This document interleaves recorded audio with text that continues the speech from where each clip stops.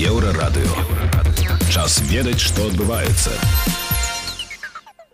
Вітаю ўсіх слухачоў Еўрарадыё. У студыі для вас працуе Зміцер Лукашук, і гэта сумесны стрым Еўрарадыё і Е-прамовы, які можна не толькі слухаць, але і глядзець праз аккаунты Еўрарадыё ў сацыяльных сетках Facebook, Аднакласнікі, ВКонтакте, на канале YouTube. Мае сённяшнія госці – военны аналітык Александр Алесін і палітолог Валерія Касцюгова. Экспертная ініцыятыва «Мінскі дыялог» выдала другі нумар мінскага барометра, дзе асэнсавала, прааналізавала, зрабіла свае высновы знешнепалітычнай дзейнасці нашай краіны на ўсіх накірунках, як на ўсходніх, так і на заходніх і на ўсіх астатніх.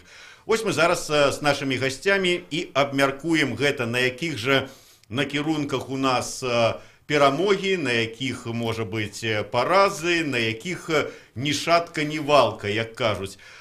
Спадарня Валерыя, да вас першае не толькі таму, што вы жанчына, не толькі таму, што вы разумны эксперт і палітолог, але і таму, што вы аналізавалі накірунак знешнепалітычнай дзейнасці на ўсход з нашым галоўным стратэгічным партнёрам Расіяй.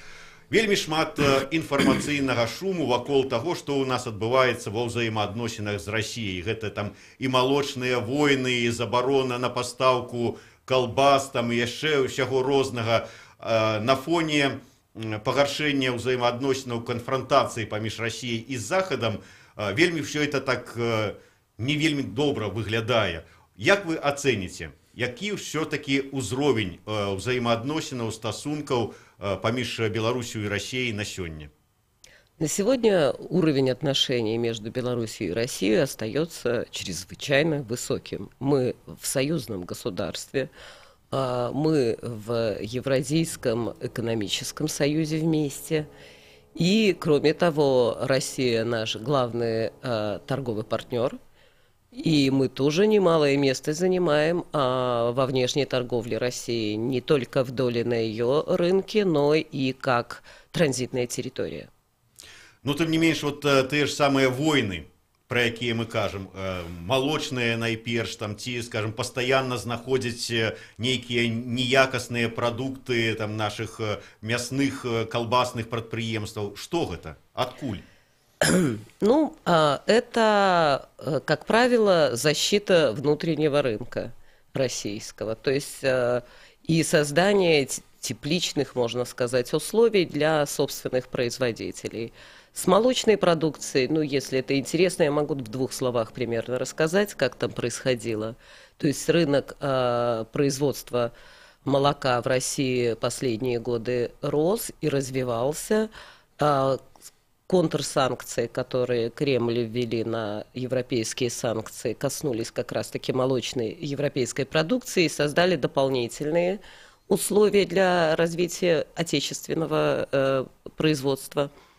И к настоящему моменту рынок как бы уткнулся в определенный такой пороговый потолок. То есть это, наверное, не последний. Но так или иначе возникла необходимость как-то перераспределять рынок. То есть спрос перестал расти, цены стали снижаться, затоваренность. И крупные производители побежали в госорганы с просьбами как-то отрегулировать и ограничить предложение. Ну, то есть уравновесить спрос. Ну, соответственно, Беларусь, как главный поставщик молочной продукции в Россию, попала под раздачу здесь первой. То есть, с одного боку, мы кажем про союзную державу, про экономичную простору сумесную, а с другого боку кажем про то, что там у России ствараюць тепличные умовы для своих, а нас вытесняют. Так где же тогда союзная держава? Ну, вообще-то говоря, ведь для России смысл и союзного государства, и ЕАЭС именно в том, чтобы создать тепличные условия для своих производителей, не для наших. И прирастить рынки за счет дополнительных. То есть дать выход своим производителям на плюс еще сколько-то там, 80 миллионов, если сложить всех вместе. 8. И Основная задача именно в этом. И, безусловно, приходится на этом пути чем-то жертвовать или как минимум что-то обещать. Вот в основном обещаниями Россия и оперирует. Я назваў спадара Александра военным экспертам-аналітыкам, але я ведаю, што ён яшчэ добры аналітык па беларускаму малаку, можа якасці эксперта выступіць, асабліва з палітычнага пункту гледжання. То есть малако гэта не толькі вот просто малако і не нават не сухое малако, гэта яшчэ і нейкі рычаг геапалітыкі ці палітыкі, так, спадар Александр? Ну, в общем, это правда. Здесь надо еще один аспект рассматривать. Все-таки наше соглашение с Россией, геополитическая сделка, это предоставление геополитических каких-то преимуществ России на нашей территории в обмен на экономические преференции со стороны России. То есть экономика против геополитики. И в том случае, когда, по мнению России, Лукашенко позволяет себе лишнее, чрезмерная самостоятельность, что-то делает в ущерб, как они считают, интересам России, не столь покладист, то тогда не только газовое и нефтяное оружие применяется, не только этот пресловутый вентиль, да, который мы видим, пускается в ход, но и прочие такие рычаги достаточно болезненные. На самом деле молоко это, как мне кажется, даже важнее, чем газ и нефть. Потому что корова доится каждый день, молоко получается новое каждый день. И если Россия прекратит приемку этого продукта, то что делать нашим сельхозпроизводителям, что делать переработчикам и так далее? Молоко долго не хранится. Поэтому если Россия захочет в больное, так сказать, нас ударить или уколоть, то молоко, по-моему, это то самое место. Поэтому плюс к тому, что это действительно борьба хозяйствующих субъектов, как это говорится, и это попытка посодействовать, породить собственному производителю. Мы помним, что до недавнего времени министр сельскохозяйственной АПК у них был Ткачев, который был выходец из крупного клана латифундистов, сельскохозяйственных капиталистов. И понятно, что как не породить родственникам, которые имеют богатые интересы в этой области. А вот мне цікава, а Беларусь что-нибудь у отказ вот можа забараніць? Вот нам спыняюць поставки молока, а мы им раз и вот что, например? Когда был прошлый конфликт в 2009 году, Лукашенко приказал вести жесткий контроль приграничной торговли регионов Беларуси и России. На самом деле там существует приграничный бизнес, отчасти серый, контрабандный, в котором заинтересованы властные структуры российской стороны, Смоленской, Брянской и так далее, областей. Там имеются склады, инфраструктура, люди, которые работают. И стоит, и все знают существование вот этого серого товарообмена, но благодаря этому люди заняты, благодаря этому удовлетворяются какие-то потребности. Не может экономика легальная существовать без нелегальной. И когда Лукашенко отдал приказ перекрыть вот эту торговлю, то это ударило больно по материальным интересам многих властных структур, административных чинов в Российской Федерации. И тогда вот на том этапе разрешили молочный конфликт. Думаю, что и сейчас вот такого рода есть возможности нажать на чьи-то частные интересы, на чьи-то мозоли наступить, и тогда вопрос будет решаться. Спадар Валерий, а мне вот цікава такі нюанс. Учора я размаўляў с российским философом Максимом Горюновым наконт этого акции, что пройшла ў Мінску 9 числа несмяротны полк, и ён выказаў такое меркаванне, что вот это вот гульня Мінска, там спачатку забараніць эту акцию, потым дазволіць, гэта такая гульня, может быть, пошук новых аргументов у перамовах паміж Мінскам и Москвой. Вот как вы думаете, скажем, заборона акции прокремлевской, як лічаць белорусские улады, вот этой бессмяротный полк, это может быть аргументом, что а вы нам забороните поставки молока и колбасы белорусской, а мы вам забороним там ваши акции там того же самого полка? Ну, знаете, я не могу знать, какими аргументами они там руководствуются, но если такими, то перспективы этих переговоров молочных очень и очень хлипкие. Потому что это, очень низкие ставки у таких аргументов. Добра, вядома, ці мяркуецца, што бліжэйшымі днямі адбудзецца сустрэча кіраўнікоў Беларусі і Расіі. Як вы думаеце, падчас гэтых перамоў ці будзе ўзнятая тэма вот этих вот гандлёвых войнаў і ці атрымаецца яе зняць з повестки дня? Наверняка эта тема будет подниматься в том смысле, что общий рынок ЕАЭС не работает, поскольку помимо нормативных ограничений существуют ненормативные, нетарифные, а именно запреты Россельхознадзора, которые никакими документами ЕАЭС не нормируются в отношении нашей молочной продукции. Но и я думаю, что какие-то заверения в том, что в вопросе разберутся, глава государства получит. Но я думаю, что это не поможет решить сам конфликт. Асноўная мэта мінскага барометра – гэта вывучыць сітуацыю ў галіне нацыянальнай і рэгіянальнай бяспекі. Вот эта сітуацыя, пра якую мы гаварылі, пра гэтыя гандлёвыя войны з той же самай Расіяй, як яна ўплывае на нацыянальную і рэгіянальную бяспеку? Ці ўплывае ўвогуле нейкім чынам?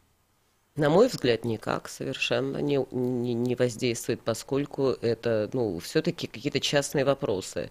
К слову о молоке, ведь на самом деле, несмотря на то, что последние полгода, 3 месяца или 4 постоянно эта тема в топ-10 повестки дня двусторонней, наш экспорт молочной продукции в Россию все это время растет. И то есть это не отбывается ни на товарообороте, ни на выручке, ни на чем. Спадар Александр, а ваше меркование? Я думаю, что Валерия здесь совершенно права. Есть какие-то красные линии, которые ни одна из сторон не хочет и не может перейти. Все дело в том, что разрушение товарооборота с Россией ослабляет привязку Беларуси к России. Ведь то, что Лукашенко, так сказать, считает Россию главным союзником, обуславливается прежде всего экономическими причинами, тем, что наш основной рынок – это Россия. Поэтому Россия тоже со своей стороны понимает, хотя бы на уровне высших руководителей, что рвать эти связи нельзя, тогда союзнические связи вообще ослабнут. И Лукашенко тоже понимает, что как бы ни боролись мы в экономической области, но ущерб стратегическим интересам России на нашей территории наносить нельзя, потому что он тогда потеряет поддержку среди силовиков, среди генералитета. Все-таки он старается получить людей в погонах на свою сторону. Это очень важный аргумент в кремлевских коридорах власти, за кого генералы. Вот, поэтому он никогда не пойдет на действия, ущемляющие стратегические интересы России на территории Беларуси. А белорусские генералы за кого? Белорусские генералы, учитывая построение нашей структуры власти, они как прикажут. То есть, конечно, им по душе будет союзничество с Россией, но они люди военные и будут действовать по приказу Верховного Главнокомандующего. Военные это военные, а и военным хочется, скажем, белорусским добрых генеральских российских заработков. Все дело в том, что мы так в этом направлении уже безнадежно отстали, и учитывая потенциалы экономические России и Беларуси, я думаю, что вряд ли мы сравняемся с россиянами в этом плане. Все-таки они гораздо нас богаче. Мы перервемся на невеличкую паузу. Я нагадаю, что у нас сумесны эфир Еврорадио и Промовы. У студии для вас працуе Зміцер Лукашук. Мои сегодняшние гости Александр Олесин, Валерия Костюгова. Мы обмярковываем знешнеполітычныя дзеянні Беларуси за апошні период. Пакуль поговорили про российский накірунак, яшчэ да яго вернемся у военным аспекте, але поговорим и про іншыя накірункі Китай и Евросоюз.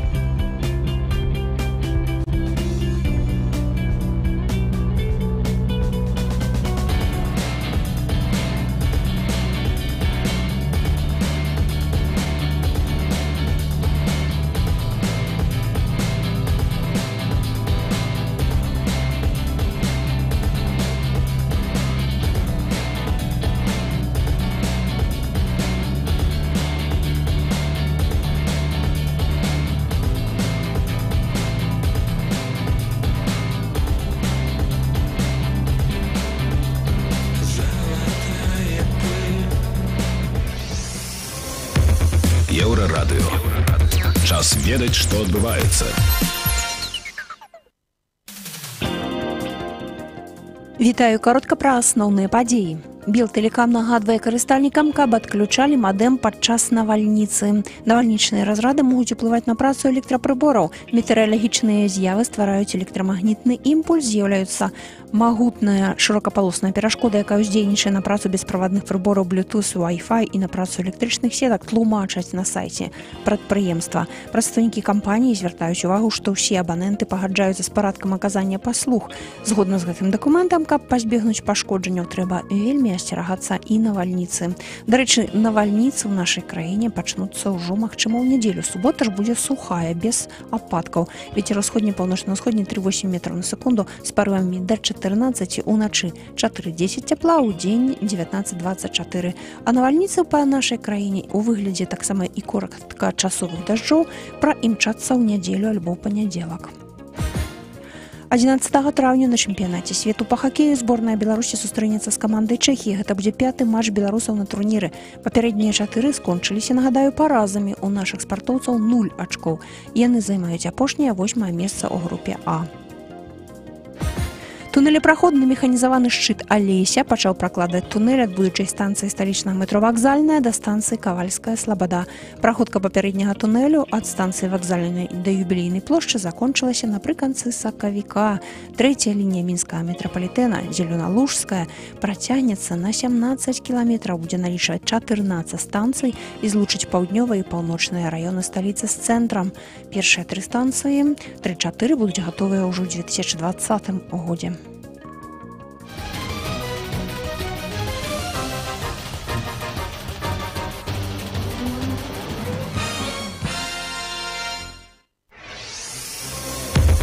Еўрарадыё.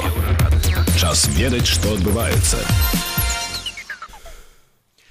Вітаю ўсіх слухачоў Еўрарадыё. У студыі для вас працуе Зміцер Лукашук. Гэта сумесны стрым Еўрарадыё і Е-прамовы, які можна глядзець і слухаць праз акаунты Еўрарадыё ў сацыяльных сетках Facebook, Аднакласнікі, ВКонтакце, на канале YouTube. Мае сённяшнія госці — ваенны аналітык Александр Алесін і палітолог Валерія Касцюгова.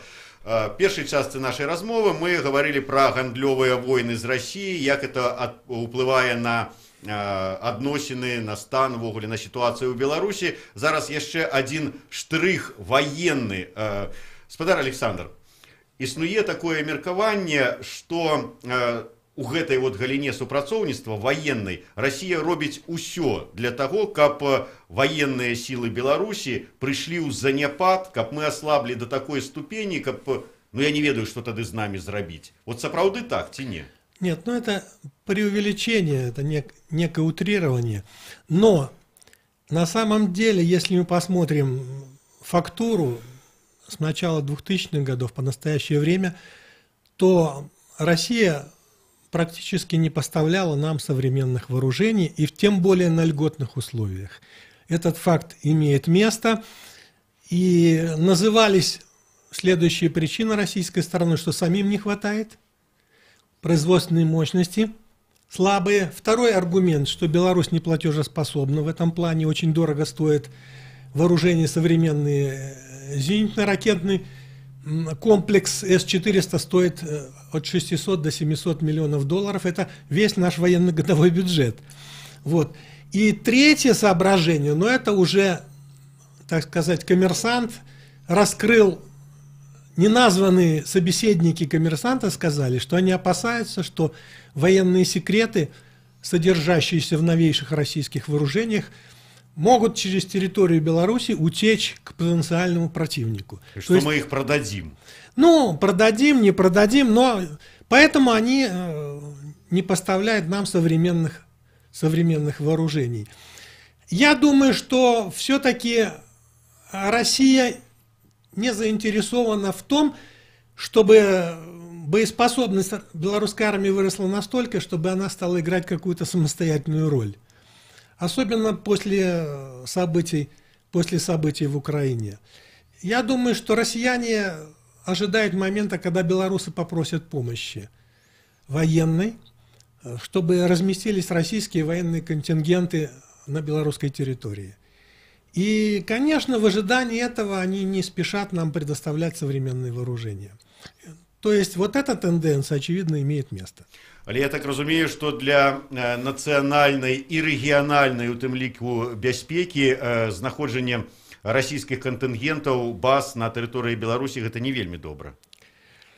Ну, все дело в том, что ведь это не чисто военный вопрос, это вопрос политический. Значит, мы жертвуем еще дополнительной долей своего суверенитета. Даже если эта база не будет иметь экстерриториальный статус, то есть внутри нее не действовать будет закон Российской Федерации, все равно это для наших соседей будет сигнал, что Беларусь, свою правосубъектность теряет. Поэтому, конечно, наше руководство белорусское не хочет такого развития событий. И я думаю, добровольно не будет идти на это. У вас есть, я бачу по вачах, что нечто сказать с этой нагоды. Вот база российская на территории Беларуси. Накольки она, может быть, она наоборот больше нашу бяспеку повеличить? Не думаю. Я думаю, что в целом, конечно, это скажется на региональном напряжении, это вызовет какие-то ответные шаги с западной стороны и с севера. И, маловероятно, в принципе, что этот вопрос может быть решен положительно в какой-то там ближайшей перспективе, до среднесрочной. Пытанне да абоіх моих гостей. Александр Лукашенко неадначасова звяртаў увагу на дзеянні вайскоўцаў натаўскіх на тэрыторыях там блізкіх да Беларусі, там, скажем, размяшчэнне нейкіх там про тое ж самае там Польшы ці яшчэ дзе-небудзь. І так как бы кожны раз звяртаў увагу, што гэта вельмі дрэнна, мы тут будзем стаяць. Зараз яго стаўленне змянілася до НАТО того же самого или до того, что отбывается на наших заходних межах? Я думаю, что тут есть два пласта. Один, это реальное восприятие угроз, рисков там, и подобных вещей. И здесь, я думаю, какие-то и изменения есть, и представления о том, что опасность там, столкновения со странами НАТО по их инициативе очень и очень невелика. С другой стороны, есть же другой пласт, а именно тот, о котором говорил Александр Борисович, что стратегическое положение Беларуси, в том числе, как транзитной территории, но и как военной территории, в военном смысле, используется Белоруссию как козырь в переговорах с Россией по разнообразным скидочно-бонусным вариантам сотрудничества. И с этой точки зрения, конечно же, просто прямо выгодно говорить о том, что вот у нас НАТО нарастает с каждым месяцем.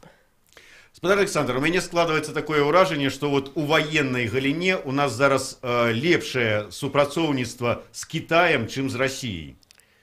В принципе, если взять военно-техническое, есть военное сотрудничество, есть военно-техническое.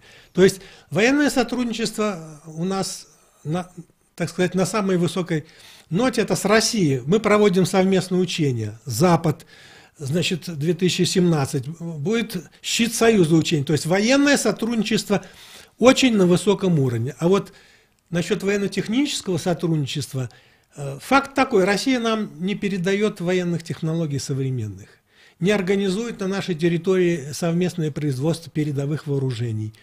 И напротив, Китай, как мы видим, он передает нам и военные технологии, и организует совместные производства, и даже передает лицензии. Пример такой самый яркий – это ракетная система «Полонез», которая в прошлом году была признана одной из самых, так сказать, интересных разработок в мире в плане вооружений. Поэтому действительно, с точки зрения военно-технического сотрудничества, Китай выдвигается на первые роли. Но это не игра в одни ворота. Если взять по деньгам статистику экспорта, то мы в Китай экспортируем чего-то, либо военные технологии, либо какие-то продукты двойного назначения, больше, чем куда-либо. Китай наибольший получатель белорусских поставок военных технологий и технологий двойного назначения.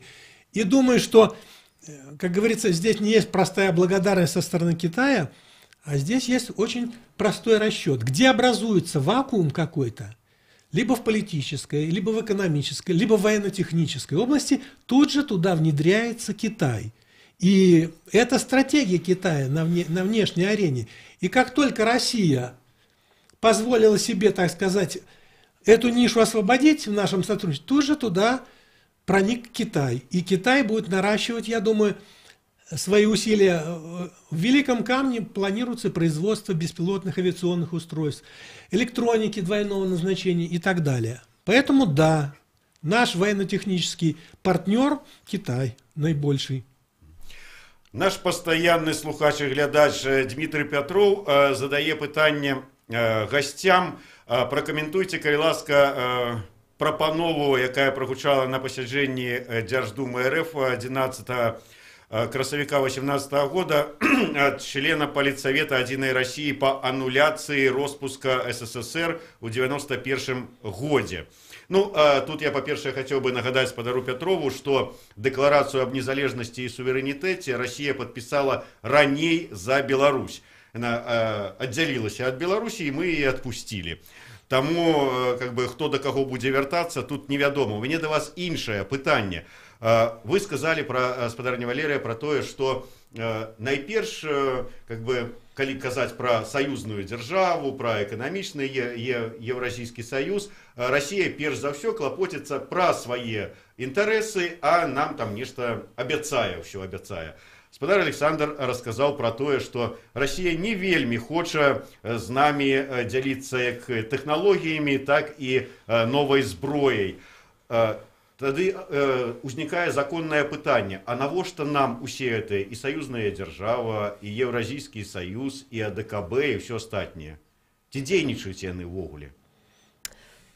Нет, безусловно, это нужные вещи. Надо же понимать, что все эти вот союзные инициативы, они фактически всегда задумываются и осуществляются как некие временной кредит, то есть кредит времени на приведение своих экономик, производителей и так далее к каким-то стандартам, которые бы позволили на равных участвовать в глобальной экономике. То есть это такие лягушатники, что ли. Обучение плаванию пока вот нельзя это делать как взрослые. И по мере того, как какие-то цели из этих достигаются, образовывается новая союзная какая-то инициатива, которая уже на более продвинутом уровне там, фиксирует эти договоренности. Благодаря этим договоренностям Беларусь до сих пор сохраняет такие блоки тяжелой промышленности и численность персонала на этих предприятиях. Многие другие вещи, такие, которые позволяют ей оставаться во многом все еще как бы советской страной. То есть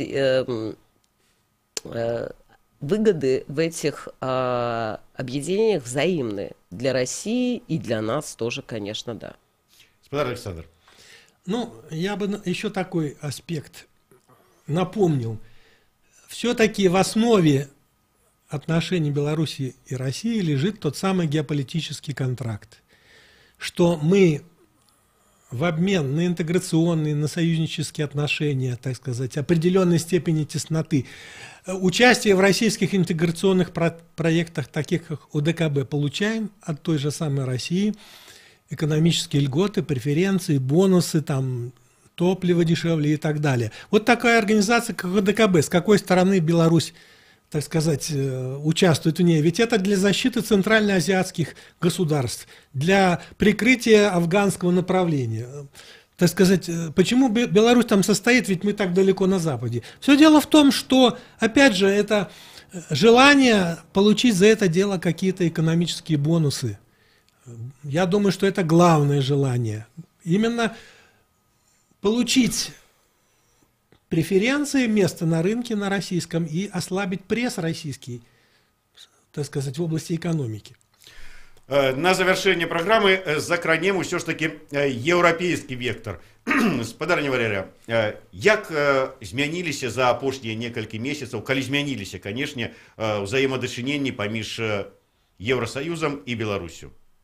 Если мы вернемся к Минскому барометру, то у нас в этом году за эти 2 месяца получилась совершенно чудесная картина такой образцовой многовекторности. Именно в марте-апреле 3 направления – это Китай, Россия и Евросоюз – достигли примерно одинаковых показателей и продемонстрировали такую вот многовекторность, которую так долго декларирует МИД.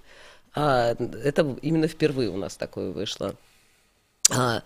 Что же касается качественного наполнения вот этих всех 3 направлений, то следует, то как раз-таки в комментариях каждого раздела видно, что по всем направлениям развитие несколько замедливается, включая и Евросоюз. То есть идет весьма активное сотрудничество на экспертно-техническом уровне разнообразных согласований.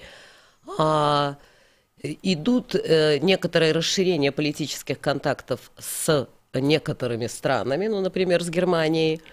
Но, собственно, вот базовые какие-то задачи на европейском направлении, а именно там вопросы виз и основного политического соглашения, пока не продвинулись нисколько. Вот з візамі, у чым жа ж загвоздка? Колькі мы ўжо гадоў спрабуем хаця бы зменшыць кошт віз і ўсё не атрымліваецца. У што упираецца? На чьим баку мяч, як любят сказать политики и политологи? Ну, насколько я понимаю, сейчас мяч на стороне Евросоюза. У них есть ряд технических, а ряд политико-технических требований, которые мы не можем выполнить. Не можем выканаць з якіх вот меркаванняў, палітычных ці тэхнічных ці якіх? Да. Александр. Ну, в этом плане я не готов ответить. Я просто хочу сказать, что на самом деле опыт общения с представителями зарубежных организаций, деловых, политических органов Евросоюза и представителей НАТО, дипломатов, говорит о том, что есть один очень важный сдвиг.